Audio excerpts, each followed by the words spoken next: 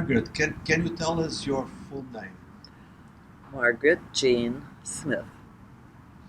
And so, if I understand correctly, you were born in Hawaii and from Portuguese roots. Tell us a little more about that. I was born on Oahu. My mother came from Kauai. My mother's parents came from Portugal, directly from Portugal to Kauai, and they raised 10 children there. And they had my uncle, not my uncle, my mother's father raised grapes. They made wine, and my mother and her sister Margaret, for whom I'm named, used to wash their feet and stomp the wine with their feet. That's probably why I like red wine today. Anyway, and they had sugar cane. And let's see, my So you remember where they came from? Because most of the Portuguese in Hawaii came from the islands of Madeira or Azores. I've forgotten if it was one came from San Miguel and one from the Azores. And I'm not sure which one. I think I told that to you. We have it written somewhere. Directly to Kauai. Mhm. And then when my mother and my Aunt Margaret were probably in their 20s, they moved to Oahu. And my Aunt Margaret lived there till she died. She died a few years ago at 93. And they raised a family of 2 children. My mother, after she came to Oahu, opened a restaurant in downtown Honolulu, American type food. And my Aunt Margaret was the cook. My mother was the chief everything. When you say Margaret is your aunt? Yes, my Aunt Margaret. I'm named for her. And I was born in 1938. And so we had the war in 1941. And apparently a bomb fell right in downtown Honolulu somewhere. And all of the children and mothers were rushing into my mother's restaurant. And she was feeding them milk and so on and so forth. And I was 3 years old. And I'm at the house, and we had a nice yard with flowers, and I'm out there 3 years old playing in the dirt making mud pies, which was fine, but I used to eat them. So my mother took me to the doctor, and the doctor said, there is nothing wrong with that. She's lacking something in her system. She'll outgrow it. No problem. So we came home for lunch. I was 3 years old. I can hear me to this day. My mother gave me my lunch. I said, I don't want that. She said, Margaret Jean, you should be ashamed of yourself. People and children are starving all over the world. And here you are. And I said, I'll never starve as long as there's dirt. That was at 3 years old. Now, the other thing I remember about the war, my Aunt Margaret's house had a basement. And every time there were sirens or air raids or blackouts, we would all run to Aunt Margaret's house under the basement. And that's about all I remember. My Uncle Paul was the chief electrician at Pearl Harbor. And the rest of them are too young at that time to work. But my Uncle Paul retired from Pearl Harbor, and he was very handy around the house with anything that went wrong. He could do it. So, and he survived the war. I mean, he was there when it happened, when they bombed Pearl Harbor. And let's see, what else about Pearl Harbor? That's about it. When you discovered that you had Portuguese roots, and what was the event or the story that sparked you? When I was a child, and my cousin Paulette next door, and her brother Paul, my mother and Aunt Margaret and my grandmother would speak Portuguese. Fluent Portuguese. We didn't understand a word. They would not teach us. They didn't want us to know what they were talking about. So, unfortunately, I never learned Portuguese except a few words, which is very sad because in California, it's basically half Hispanic population.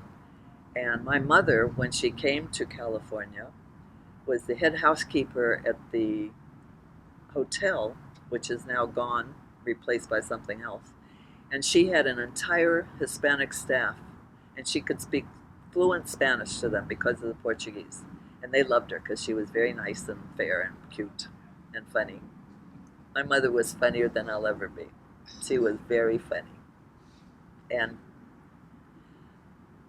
not shy at all, very outgoing. And when she retired from her job, she was going to move to the desert. She loved the desert. She would go there for vacations, go to the spa and whatnot. And she sold her house. She had everything settled. And I said, why don't you go to Hawaii and spend some time with your family before you go? You don't have any obligations here. So she plunked her things at my house. She went to Hawaii. 1 month later, she was bored to death. After living in the States for all these years, Hawaii was very small all of a sudden. So she came back, and I'm not sure why, but I was grateful because she spent the next six years till the day she died in my home, and it was wonderful. I was working, she cared for the dogs, she cooked, she cleaned, she cared for my plants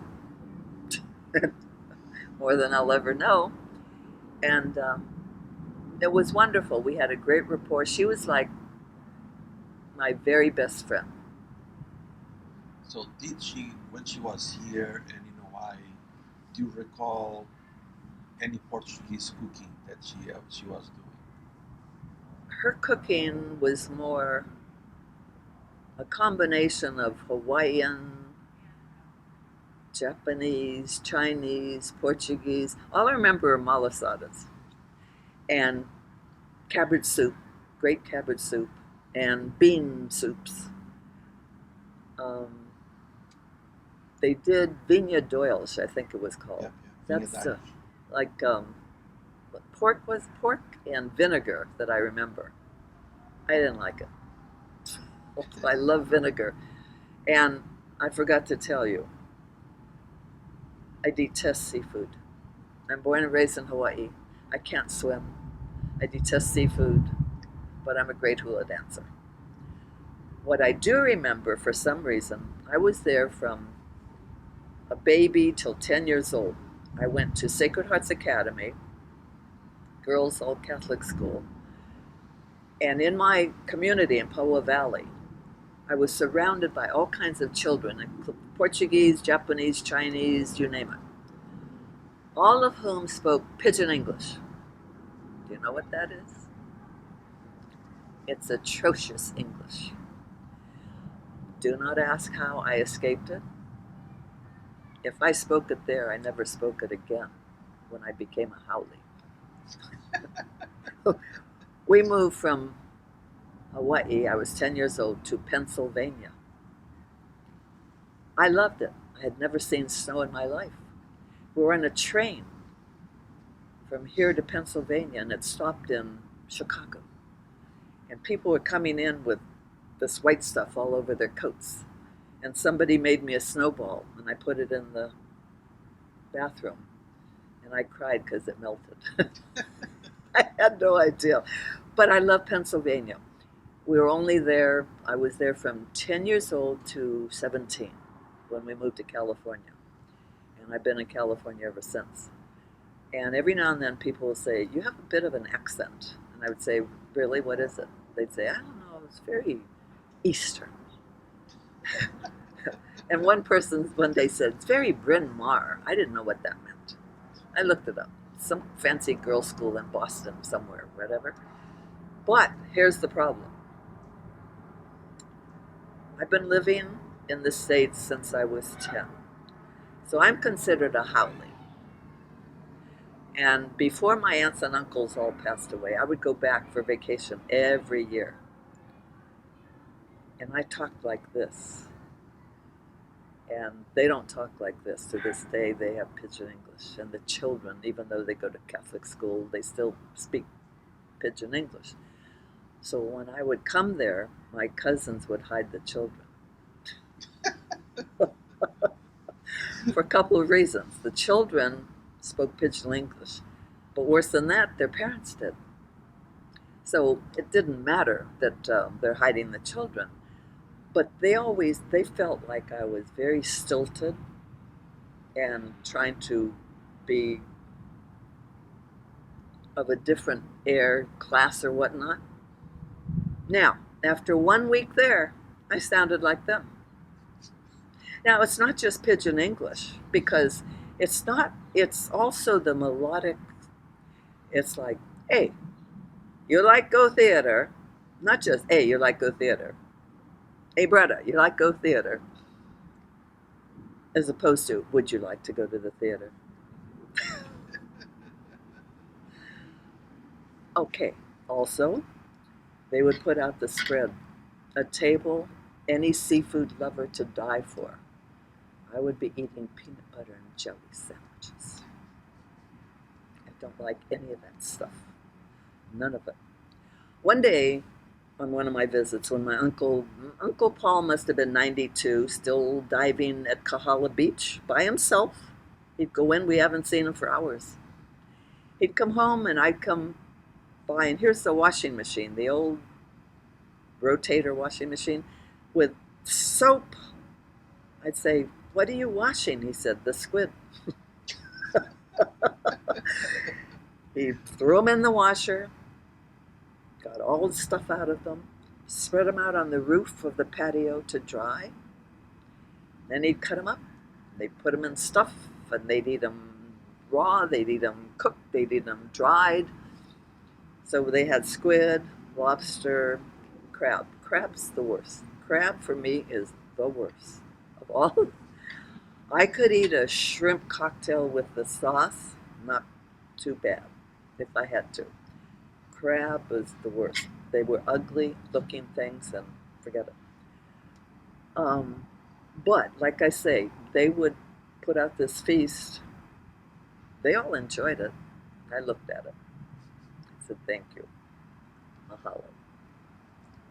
Another thing that the Portuguese brought to Hawaii, it was the Portuguese celebrations, the feasts, The Holy Ghost. Holy Ghost. We called it the Holy Ghost. So tell us a little more and the experience that you had here in California compared to Hawaii. No Holy Ghost celebrations here until the one that I went to recent, so Father Luís in what city? Artesia? Artesia. That was a production and a half. Our little celebration in Oahu was, there was a hill, and the parade would come down the hill to our little church. It was a very small church, Blessed Sacrament, still there, where I was baptized. And it was simple. It was a parade, and people had leis on, of course, and wreaths on their hair. And we would come down to the church and have a feast in the parish hall, and adore the into the church to the statues and whatnot. And a lot of food. I remember the food, and most of it I liked. So which was the type of food that you had there that you liked? Probably the malasadas, and they probably had some, hot dogs and hamburgers and stuff like that. Probably some Portuguese food that I can't remember. And if it was seafood, then, I wasn't eating it anyway. But everybody loved it. It was a neighborhood thing, definitely a neighborhood thing. And our neighborhood had a lot of Oriental people, in addition to, probably more Oriental, Japanese, Chinese. And by now, my cousins were marrying Hawaiians, and there were very few Hawaiians left. And my cousin Paulette married a true Hawaiian. His parents came from Massachusetts. They were missionaries, and his name was Moses, and he was a big Hawaiian guy, really nice guy. And my cousin married him, so her children are half Portuguese and half Hawaiian. And her children now have all the honors to any of the original Hawaiians in Hawaii, like their schools, their private places where no one can buy anymore except if you have Hawaiian blood. And so far they have not taken advantage of any of that because they're true homebodies. I get into little complications with them from time to time to say, have you? No. Why not? Never mind. They just want to be left alone. They work. Their children have not had babies yet. They're not married yet. But they're like the old community. Let's say my cousin, okay, let me put it this way. My cousin Paulette has a house. That was her mother's house, Aunt Margaret's house. So the house is over 100 years old. There's a patio, and there's a house they built in the back. And in the patio, there's like a studio apartment. So in the front used to live my aunt and uncle. Now it's Paulette. In the middle is Paulette's son. In the back is Paulette's daughter and her husband and their 2 children. And another girl went somewhere with a boyfriend. Now, this is the way it works. These children would get married or not married, as the case may be, and they're all Catholic. Okay, all go to church. All know the rules. But whether or not they have children or not, and whether or not their marriage lasts, they will all come back home. So Paulette will be a babysitter the rest of her life, whether or not she likes it, and she loves it. They will all come back to live at home. That's the way this family is. And I try to accept, well, I don't try, I have to accept that that's not the way we're up here. It's totally a different lifestyle. So when I go back, it's really like going back to the dark ages. Tell us about your love for the hula dancing.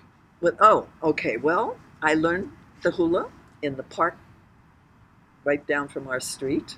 All little girls learn the hula.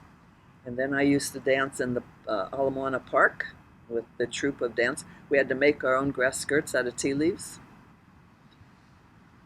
And then, when I was 30 years old, I was flying from LA to Hawaii for vacation. And my name was Margaret Smith. And all of a sudden, the stewardess, we're 30,000 feet high, the stewardess announced, and now Margaret Smith is going to do a hula. My friend didn't tell me. I got up and I did a hula. I don't know if they sang.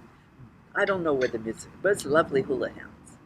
And everybody applauded. That's 30,000 feet, okay? Now, we got to Hawaii, and the same friend, we went to the Royal Hawaiian Hotel. Have you ever been there? Well, it's the place. And if I'm 30 years old, and I was born and raised there, the hotel had to be whatever. And it was probably one of the last places where there were true Hawaiians. So we go for cocktails.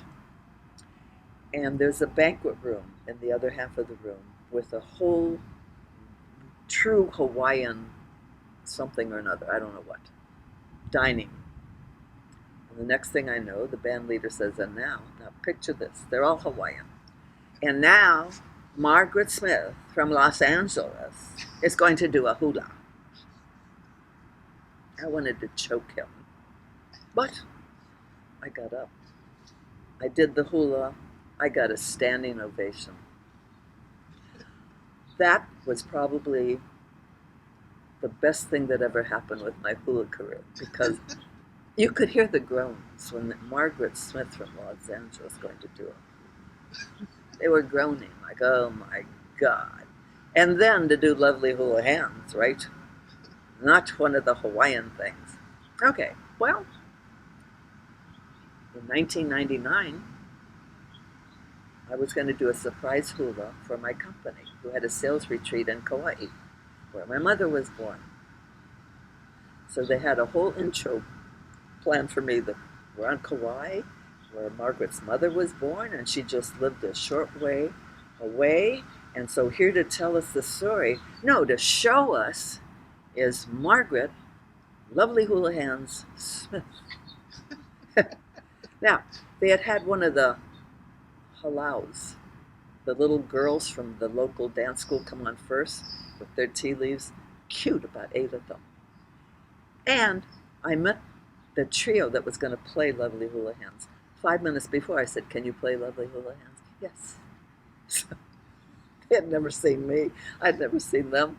I come on with my mother's dress that is 60 years old at the time. It's now 90 years old. And I'm to dance Lovely Hula Hands, but I only had one hand. 2 months before, I had an accident, and this hand was immobilized in a cast. And I said to the doctor, can I take it off? He said, absolutely not. I said, can you wrap it? He said, yes. So they wrapped this hand in brown, and it looked like a bird of paradise.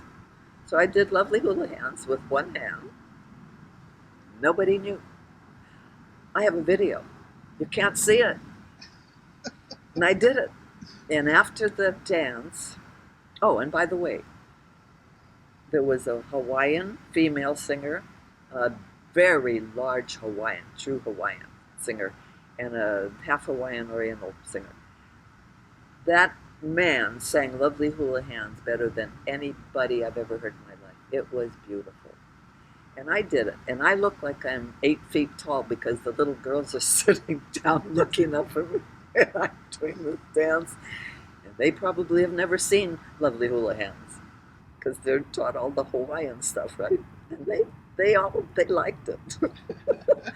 And after the dance, my person said, and by the way, did you notice the hand? And she had a sinus infection, and thank you, Margaret. So those were some of my hula experiences. So now I have a video of that hula, and I tell anybody, if you need live entertainment or video, I'm available. I still have my mom's dress. So that was fun. And Tell us about you have a cousin that is for you like a sister. My cousin Paulette. Yes, tell us about. Cousin Paulette is shocked. I asked her for a Portuguese joke. She told me the joke. I didn't think it was funny. She had to explain it to me. So here's the joke.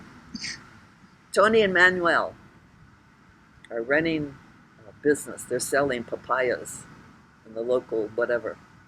And they're not making any money. So they said, we think we need a bigger truck.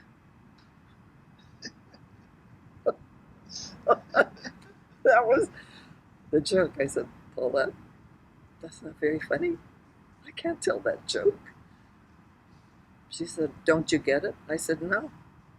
They're not making any money. They need a bigger truck. She said, no.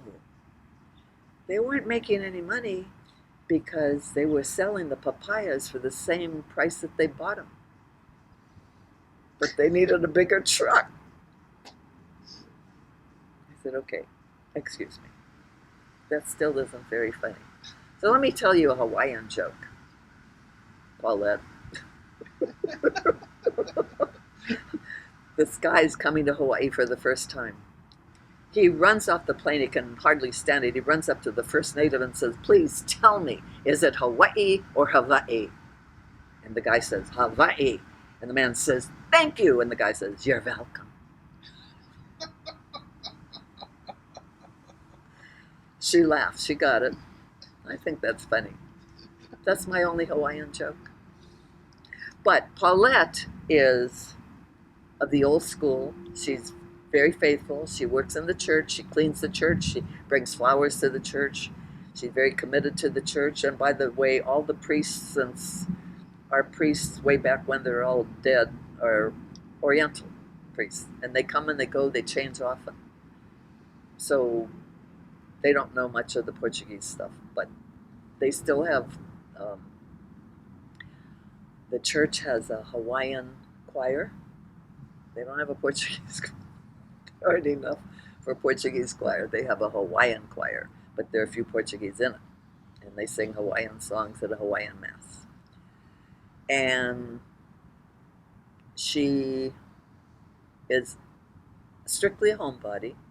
I mean, she cares for the entire family, all of them. They, like I say, they come, go, and whatnot, and deals with whatever. And with the neighbors, we still have a few neighbors, Chinese neighbors, that are in their hundreds. A couple of the ladies, the guys are gone. And it's amazing. The same block, she's been on it. She's been on that same block in that same house since we were born. And her parents before. And they'll never sell it. I mean, it'll be passed on to the family. The house is a nothing kind of house, but the property is worth a fortune. And if they ever left it, if they're ever silly enough to not keep it in the family, somebody would buy it, tear it up, and probably build something in the middle of the block that shouldn't be there. I don't know. Tell me in terms of conclusion, as you notice, and from your personal experience, the Portuguese roots and traditions in Hawaii, as any other particular roots from another cultures, in many ways they are all mingling and all intersecting with each other culture. They are. What do you think? What could be the future of the tradition? Well, first of all, I am really didn't realize at the time, when you're 10 years old, you don't know it, but I'm really glad I grew up with all of those cultures. Hawaii is like a melting pot. And I have no problem here with black, brown, purple, or green people. I mean, in fact, I had a physical therapist come to call me on the phone, set up the appointment, I opened the door. He was huge man, black man. I was shocked because he was huge, not because he was black. And it took me 2 visits to say to him, by the way, have you ever opened the door and someone, a female, says, oh, there's some mistake. He said, not until recently. And he said, but it went well. She let me in and everything was fine. And I said, because I meant to tell you, but I forgot to tell you. I'm telling you to now. I grew up with all colors of people. And they're all people to me. And they're good people, and they're nice, and they're good and bad in every race. So the color never bothered me. So I just thought I'd let you know that. And he said, that's nice. Neither here nor there. He was a great physical therapist, and he came and he left. The company went down the tubes. Or I don't know. In 2 years, I've had so many, they come, they go. And they were great. So I'm glad I had that experience. I'm glad I didn't carry Pidgin English with me, because it wouldn't have gone over too well in Pennsylvania. I went to Philadelphia to a Catholic school, and they had to put me ahead 2 years because of my Catholic education in Hawaii. I was too far advanced for whatever they were doing there. So when I came to California at age 17, having graduated at 16 and a half, I had to get a work permit to go to work. I was too young. But it's all because of where I started and my education there. And with the high school education, I didn't need any more. I had a fantastic career, better than most people with graduate, lots of degrees and whatnot. So, Wonderful. aloha. Aloha. Thank you very much, Margaret. You're welcome. Don't take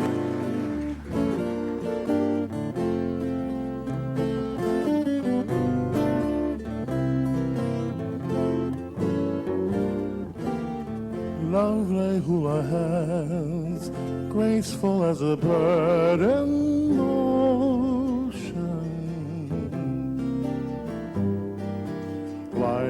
like the gulls of the ocean. Lovely hula hands, Koli Malani. Lovely hula hands, telling of the rain in the valley,